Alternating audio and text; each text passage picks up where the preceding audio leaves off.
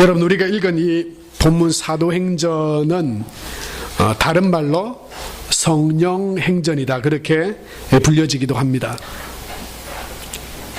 교회가 처음으로 생겨나고 또 그 교회가 이방 나라에까지 또 지금 우리에게까지 교회가 세워지게 된 그 과정들을 설명하는 책이기도 합니다.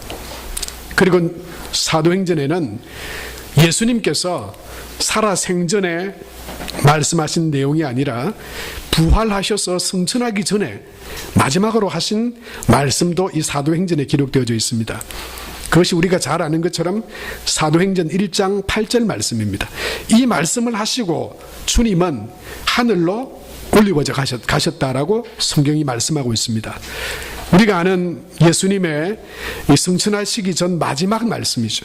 그 말씀은 바로 오직 성령이 너희에게 임하시면 너희가 권능을 받고 예루살렘과 온 유대와 사마리아와 땅끝까지 이르러 내 증인이 되리라, 이 말씀이셨어요.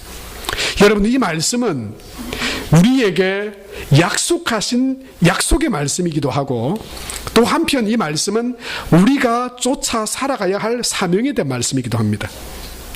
성령이 임하시면 우리 교회가 그렇게 될 것이다 라고 하는 약속이기도 하고요. 또한 그리스도인은 나와 가정과 이웃과 세상에 복음을 전해야 될 사명을 가진 사람이다 라고 하는 그 사명을 또한 우리에게 일깨워 주고 계신 말씀이기도 합니다. 바로 이 사도행전의 역사가 일어나고 있습니다. 사도행전에 보면 이제 예루살렘으로부터 유대의 하나님의 예수님의 복음이 전해집니다.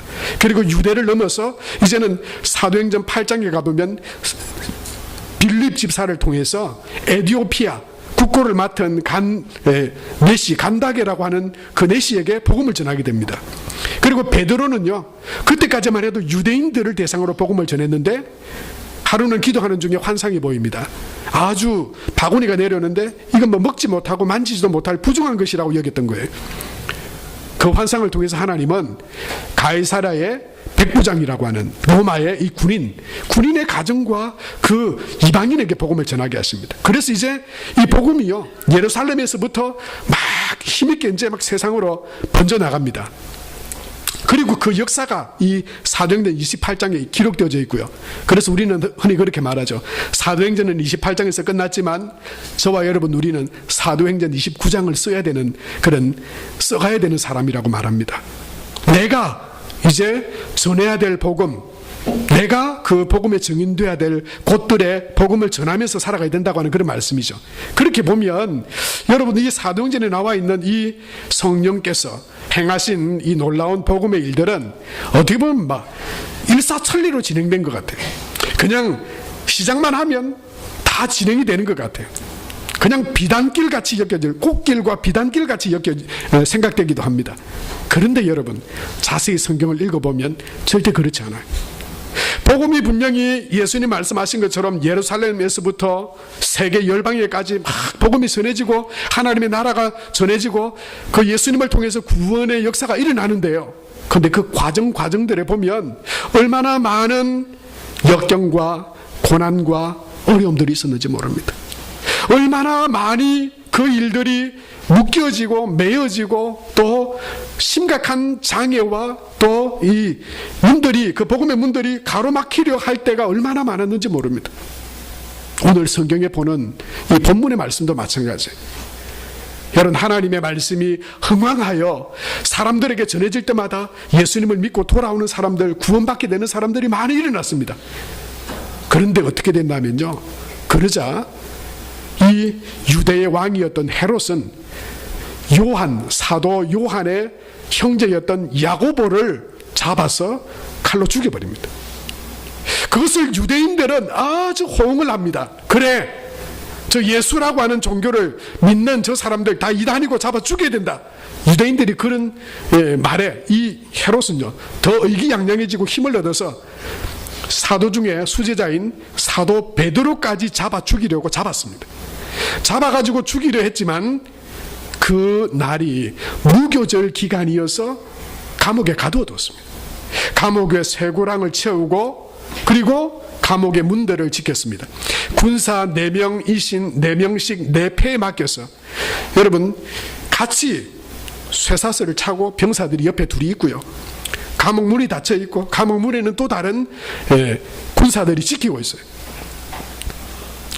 여러분 이런 매임과 문이 닫히는 이런 많은 도전들과 어려운 상황들이 있었다고 하는 겁니다. 그냥 이 복음이 예루살렘에서부터 사마리아 땅끝까지 저절로 그냥 가만히 있어도 된 게 아니고요. 많은 도전과 묶임과 매임과 그 문이 닫혀지게 되는 그런 많은 대적들과 어려움들이 많이 있었다고 하는 겁니다. 여러분 거기에 복음이 계속해서 그런 가운데도 이방 땅끝까지 복음이 전거되어진 것은 뭡니까? 아무리 묶이고 닫혀도 우리의 힘과 능력이 아니라 전능하신 하나님께서 함께 하시고 성령께서 함께 하셔서 그 모든 묶임과 닫힘들을 풀어주시고 열어주셨기에 하나님의 복음이 계속해서 전거되어질 수 있었다라고 하는 것입니다. 여러분 이것은 저와 여러분의 삶에도 똑같습니다. 예수님 믿고 난 뒤에 여러분 저와 여러분이 예수님을 통해서 구원받고 난 뒤에 우리 삶에 그냥 저절로 사라지던가요? 그 다음부터는 우리 삶의 어떤 묶임이나 우리 인생의 다침이나 이런 것들이 없던가요? 그렇지 않잖아요. 우리 삶에도 여전히 예수님 믿고 살아가는 믿음의 삶인데도 삶의 문제들이 있습니다. 관계가 꼬이기도 하고요. 삶의 계획이 뒤틀려지기도 하고 다치기도 하고요. 어떤 때는 뭐가 하나 제대로 되는 것이 없어 보이는 때도 있습니다. 막 온 사방이 다 막히는 그런 삶의 경험도 우리는 경험하게 됩니다. 건강도 막히고요. 물질도 그냥 이렇게 막히고 사람의 관계도 꼬이고 막 다 닫혀질 그런 데가 있어요. 여러분 그때 믿음의 사람 또 이 사도행전을 써갔던 그 믿음의 사람들은 그 가운데 절망하고 낙심하고 안 되구나 못하구나 묶이고 다쳤으니 끝이구나가 아니라 그때 그들은 전능하신 하나님을 바라보았습니다. 그 가운데에도 역사하시는 하나님을 믿었기에 복음의 역사는 사도행전은 중간에 멈춰지지 않고요 28장까지 이어졌고 또한 우리의 믿음을 통해서 전능하신 하나님 어떤 세상의 묶임도 다침도 하나님은 능히 그것들을 푸시고 여신다고 하는 그 믿음이 저와 여러분 우리를 믿음으로 사도행전 29장을 써가게 하실 줄로 믿습니다. 여러분 성경은 바로 이 능치 못함이 없으신 하나님을 믿었던 사람들의 이야기입니다. 그것이 바로 우리의 믿음입니다. 하나님은 능치 못함이 없으십니다. 하나님의 말씀은 능치 못함이 없으십니다. 이것이 하나님의 말씀입니다. 처녀인 마리아에게 하나님은 천사를 보내셔서 네가 하나님의 아들을 잉태할 것이다. 이런 허무한 이런 이상한 말을 합니다. 마리아가 어떻게 그것을 받아들일 수 있겠습니까? 어떻게 이런 일이 날 수 있습니까? 어떻게 그런 일이 세상 가운데 일어날 수 있습니까? 여러분 그거는 아브라함에게도 일어났잖아요. 여러분 성경의 모든 역사가 성경에 기록된 모든 하나님의 역사하심과 말씀이 능치 못함이 없으신 하나님을 우리에게 말씀하고 있지 않습니까?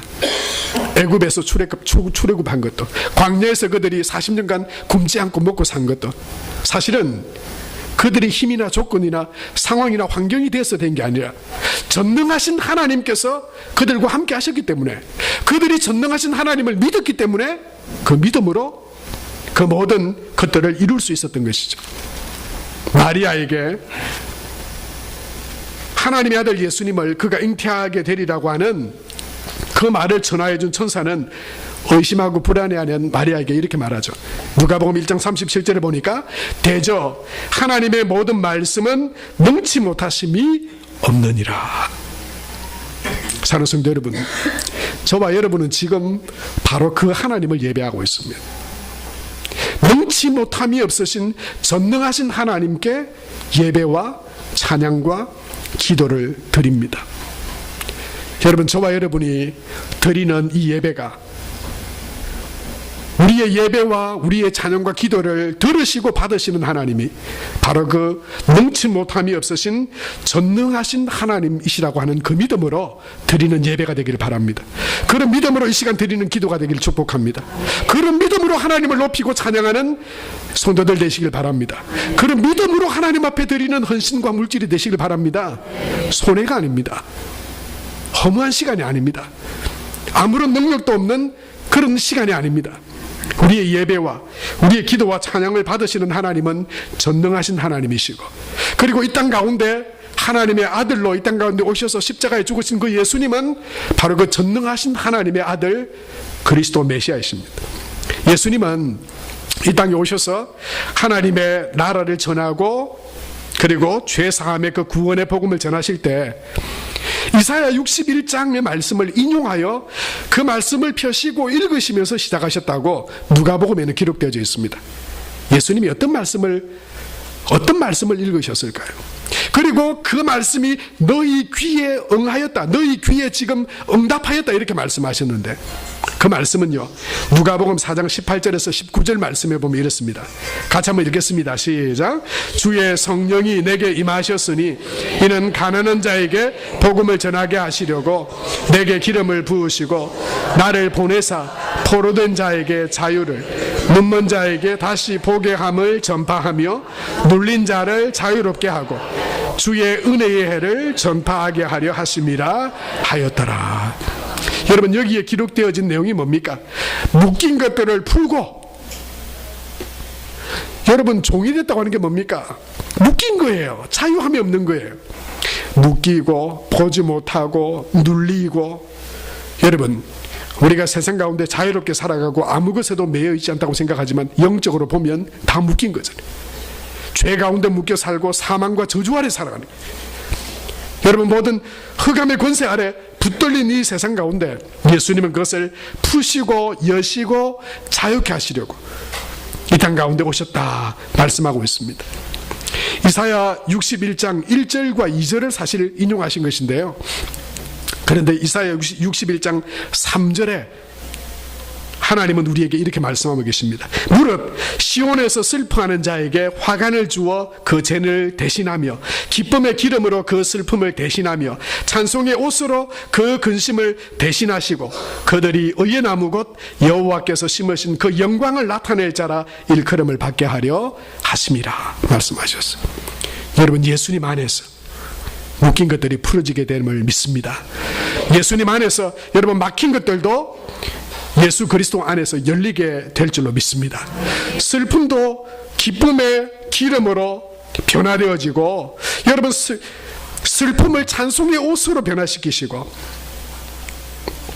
화관을 주어 그 기쁨을 변화시키시는 여러분 그 예수님을 믿는 믿음으로 나아갈 때 하나님께서 우리 안에 있는 여러분 묶임도, 우리 안에 있는 다침도 푸시고 또한 열어주실 줄로 믿습니다. 여러분, 이것은 그냥 사도행전에 한 번 기록된 말씀이 아니에요. 베드로가 12장에 감옥에서 그가 손에 있던 쇠사슬이 부러지고 그리고 감옥문이 열린 것은요, 사도행전 16장에 보면 바울과 실라가 복음을 전하며 빌립보 감옥에 갇히게 되죠. 빌립보 감옥에 갇혔을 때 여러분 묶이고 착고에 채이고 그리고 감옥문이 닫히고 갇혔어요. 아무것도 할 수 없어요. 아닙니다. 아무것도 할 수 없는 것이 아닙니다. 그곳에서 그들의 힘은 아무것도 할 수 없지만 전능하신 하나님을 바라보았어요. 전능하신 하나님을 향해서 기도하고 전능하신 하나님을 향해서 찬송했습니다. 그러자 하나님은 그 빌립보 감옥 가운데 똑같이 풀어지고 벗어지고 열리게 되는 은혜를 그 가운데 베풀어 주셨어요. 사도행전 16장 25절에서 26절 말씀에 보면 이렇게 말씀하고 있죠. 한밤중에 바울과 실라가 기도하고 하나님을 찬송하며 죄수들이 듣더라. 우리 26절 같이 읽겠습니다. 이에 갑자기 큰 지진이 났어. 옥토가 움직이고 문이 곧 다 열리며 모든 사람의 매인 것이 다 벗어진지라. 사랑하는 성도 여러분, 저와 여러분의 삶에도 크고 작은 많은 묶임들이 있습니다. 크고 작은 많은 다침들이 있습니다. 그 앞에서 나는 할 수 없다, 안 되구나 절망하고 포기하지 말고 전능하신 하나님을 바라보는 그런 믿음으로 하나님을 의지하고 바라보는 저와 여러분 우리 모두가 될 수 있게 되길 바랍니다. 하나님 안에서 벗어지게 될 줄로 믿습니다. 하나님 안에서 그 닫힌 문들이 다 열려지게 되기를 축복합니다. 여러분, 하나님은 능치 못하심이 없으신 하나님이시다. 여러분, 이 하나님의 벗겨주심과 그리고 열어주심의 은혜는 성도들의 기도라고 하는 통로를 통해서 임했다라고 하는 것을 여러분 기억해야 합니다. 여러분, 오늘 이 말씀 가운데 앞뒤를 사고 있는 5절과 12절 말씀에 공통적으로 나오는 것이 바로 기도입니다. 갇혔죠, 묶였죠, 아무것도 할 수 없습니다. 그리고 지도자입니다. 지도자가 그렇게 됐어요. 성도와 교회는 낙심하고 근심할 수 있었겠지만 5절에 보면요, 이에 베드로는 옥에 갇혔고 교회는 그를 위하여 간절히 하나님께 기도하더라 라고 했어요. 사랑하는 성도 여러분, 사도행전의 초대 교회의 모습과 성도들의 모습을 한 절로 요약한다면 아마 이 말씀이 아닐까 생각이 돼요. 사도행전 2장 42절 말씀에 보면 그들이 사도들의 가르침을 받아 서로 교제하고 떡을 떼며 뭐라고요? 오로지 기도하기를 힘쓰니라. 여러분, 여기에 능력의 비결이 있었습니다. 여기에 하나님의 역사가 나타났습니다. 갇혔지만, 다쳤지만, 묶였지만, 그러나 성도와 교회는 기도하기 시작했습니다. 하나님 앞에 기도할 때 여러분, 하나님의 은혜가, 하나님의 능력이, 하나님의 벗기심이, 하나님께서 열어주시는 그런 은혜가 임했습니다. 사는 성도 여러분, 기도는 하나님의 축복의 통로입니다. 기도는 하나님의 능력의 통로입니다. 빌립보서 4장 6절에서 7절 말씀에 보면 아무것도 염려하지 말고 오직 모든 일에 기도와 간구로 너희 구할 것을 감사함으로 하나님께 하래라. 그리하면 모든 지각에 뛰어난 하나님의 평강이 그리스도 예수 안에서 너희 마음과 생각을 지키시리라 말씀했습니다. 여러분, 우리는 기도의 능력을 믿어야 합니다. 기도의 귀중함을 우리는 잊어버리면 안 됩니다. 다니엘은 그 기도가 얼마나 귀하고 기도만이 살 길이라고 하는 그것을 알았기에 다니엘의 대적들이 왕이 조서를 쓰고 의인을 찍어서 다른 누구에게도 기도하거나 다른 어떤 신에게도 예배하지 못하도록 했을 때 다니엘은 어떻게 합니까? 그 가운데도 멈추지 않습니다. 뭘요? 기도하기를 멈추지 않습니다. 하루 3번 하나님 앞에 예루살렘을 향하여 난 창을 열고 하나님 앞에 기도했더라. 다 잃어버릴 수 있어요. 그가 가진 모든 자리도, 그가 가진 생명도 잃어버릴 수 있어요. 그런데 그는 기도와 그것을 바꾸지 않았어요. 기도하면 하나님께서 지켜주시고 기도하면 하나님께서 세워주실 것이라고 하는 그 믿음이 있었기에 다니엘은요, 그 위협 앞에서도 기도하는 그것을 멈추지 않았습니다. 사무엘은 내가 기도하기를 쉬는 죄를 내가 결단코 짓지 않겠다 그렇게 말하고 있지 않습니까? 예레미야 애가 3장 25절에는 하나님은 우리에게 이렇게 말씀합니다. 무릇 기다리는 자에게나 구하는 영혼에게 여호와께서 선을 베푸시는도다. 할렐루야.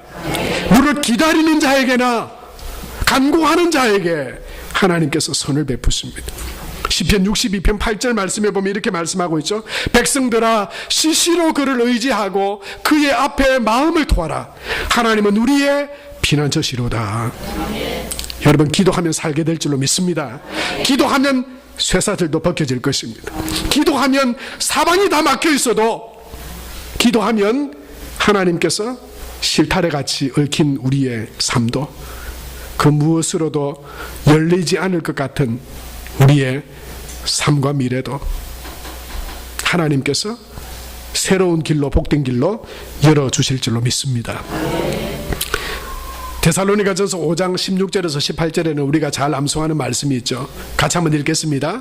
항상 기뻐하라, 쉬지 말고 기도하라, 범사에 감사하라. 이것이 그리스도 예수 안에서 너희를 향하신 하나님의 뜻이니라. 여러분, 기도할 때 하나님께서 벗겨주시고 열어주시는데 기도하면 살 길을 하나님께서 우리 가운데 베풀어 주시는데, 그리고 그 하나님은 우리가 쉬지 말고 기도하라 말씀하시는데, 사랑하는 성도 여러분, 우리는 얼마나 기도하고 있습니까? 지난 한 주간 몇 분 기도하셨습니까? 지난 한 주간 몇 번 기도하셨습니까? 지난 한 주간 식사 때마다 기도하셨습니까? 지난 한 주간 잠들기 전에 하루를 뒤돌아보며 하나님께 기도하셨습니까? 지난 한 주간 일어나 새로운 하루를 맞이하면서 내 생명의 근원이시고 내 삶을 열어가실 그 하나님을 기도함으로 바라보셨습니까?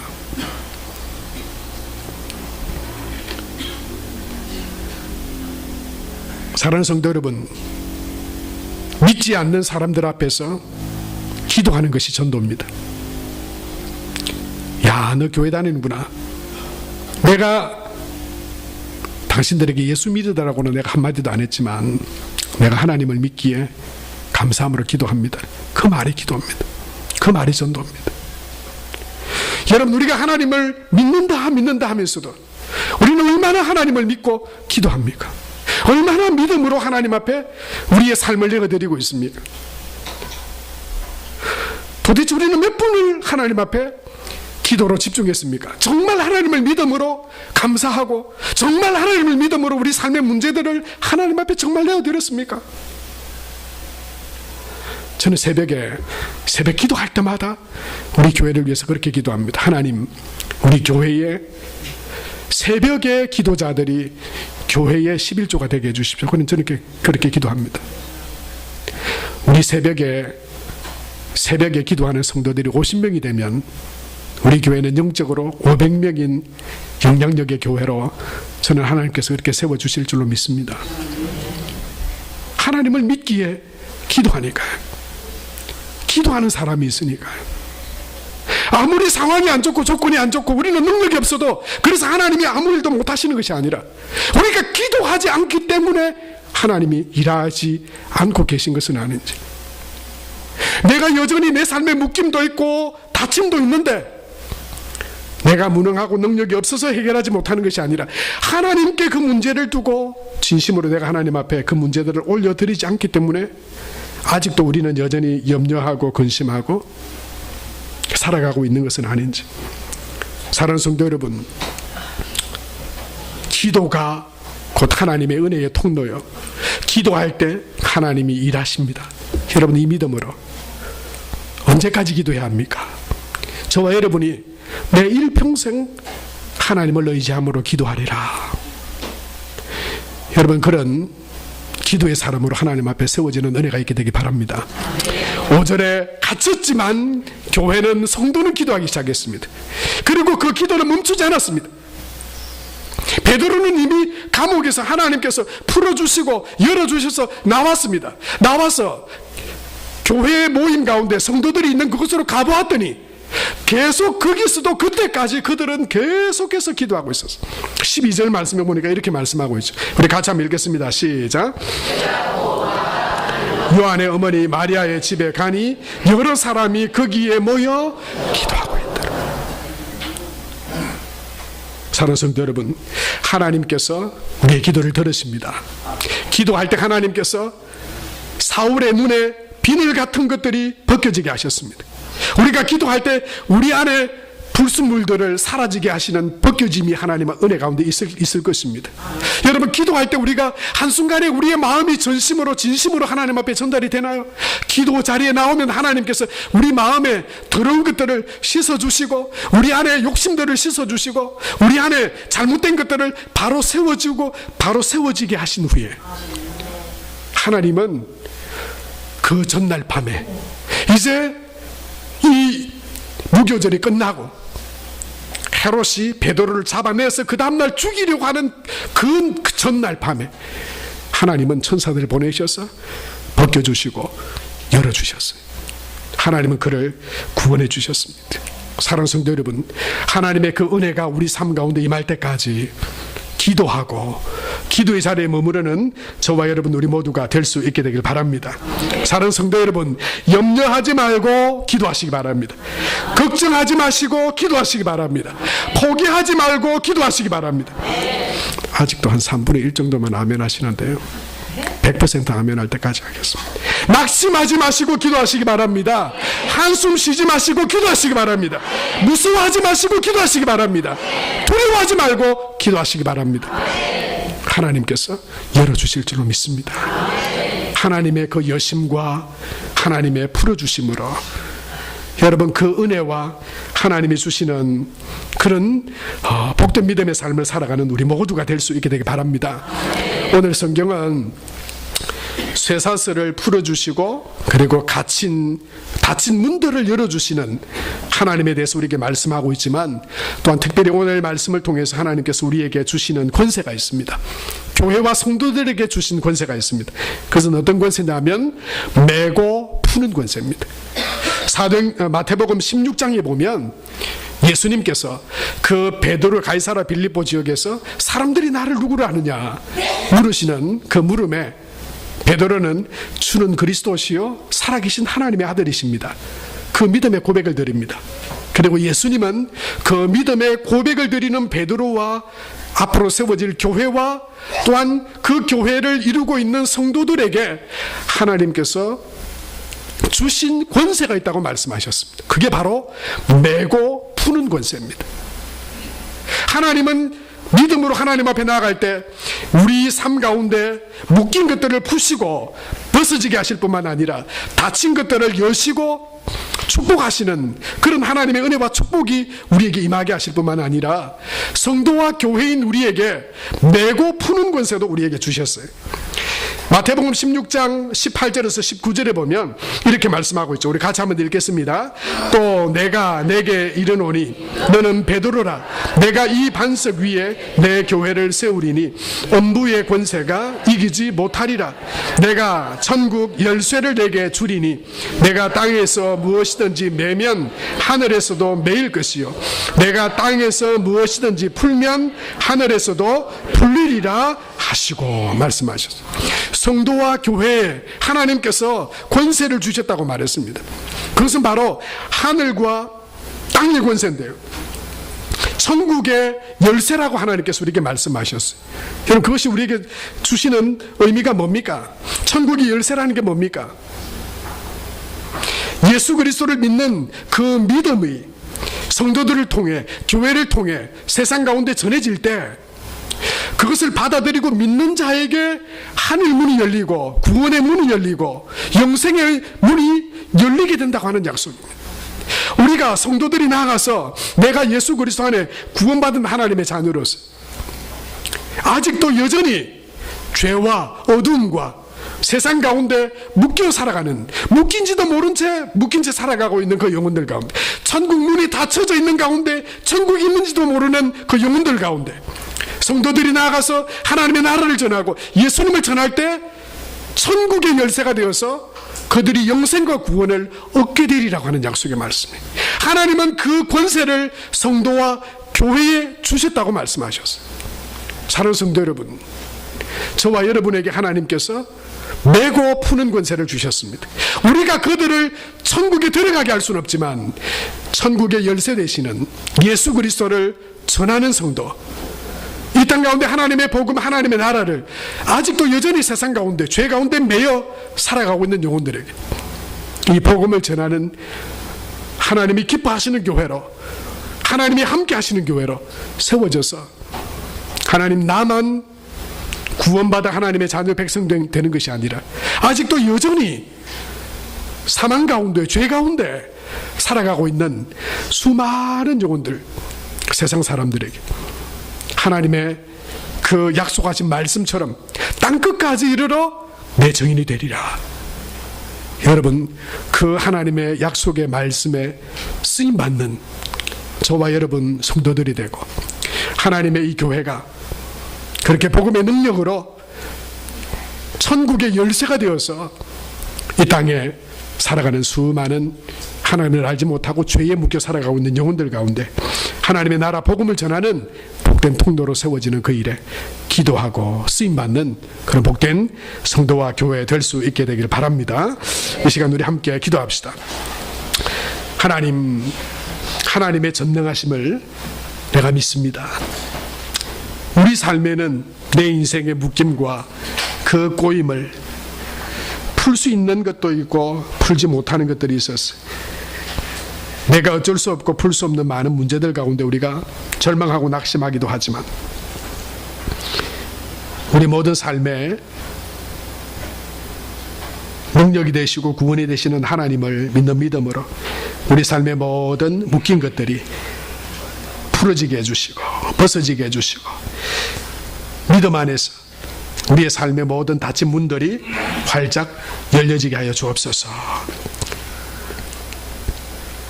하나님, 기도함으로 하나님 앞에 믿음으로 나가는 삶이 되게 하여 주옵소서. 일평생 기도하게 하여 주옵소서. 믿음으로 기도하게 하시고 기도할 때 하나님의 능력과 은혜가 우리 삶 가운데 임하는 것을 보게 하여 주옵소서.